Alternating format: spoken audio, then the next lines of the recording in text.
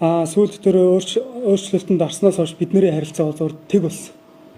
Би ээжийг ойлгохоос ээж маань биднийг бүр хүүхдэж гэж үзэхэ болсон. Зүгээр л хатаан гэдэг нүдээр хардаг байсан. Ингэж хүний тархийг угааж болохгүй. Ингэж миний ээжийн тархийг угаасан.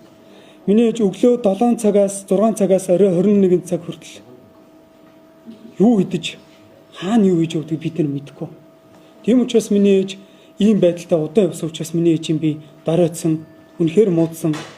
Тиймдээ би ээж маань ийм байдалд хүрсэн байх гэж бодож байгаа. Бусдаар миний ээжэд даралт ихсдэг, зүрхэн өвддөг ямар ч тийм өвчний түүх байхгүй шүү. Энэ тал дээр бол би энэ Есүс Христийн сүмийг бол би нэг айхтар үгүйсгээд байдгийн. Яагаад тэгэхээр өөрөө явж байсан болохоор намайг явж явах үед бол ястай ялчгүй нэг айгүй зөв ер нь бол тэрцэн өсвөр насны хүүхдүүд айгүй зөв хандлага өгдөг байхгүй юу?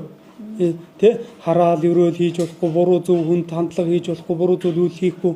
Тэ нэг тиймэрхүү зүйлүүдийг айгүй хэрдэг байхгүй. Би чинь 23 4 хүртэл явсан.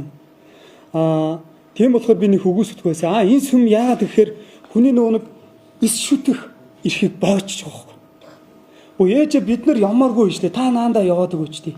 Бид нарыг 50 байлгаад өгөхээр үгүй. Та нарыг аврамаар байна. Заавал та нарыг оруулахгүй болохгүй. Та нар танд үлдэх гээд байна. Ээж мөнх амьдрал. Өнөөдөр мөнх амьдрсан хаана вэ? Мөнх амьдрах байсан бол одоо тэр харж байгаа бол тэр Монголд байгаа те юу ямар сууд үлээ? Монгол сууд. Монгол сууд сүмийн тэр харж байгаа хүмүүс сонс заяа. Малнуудаа. Мөнх амьдрж байгаа хүн чи хаана вэ? Мөнх амьдрах чадсан уу та нар?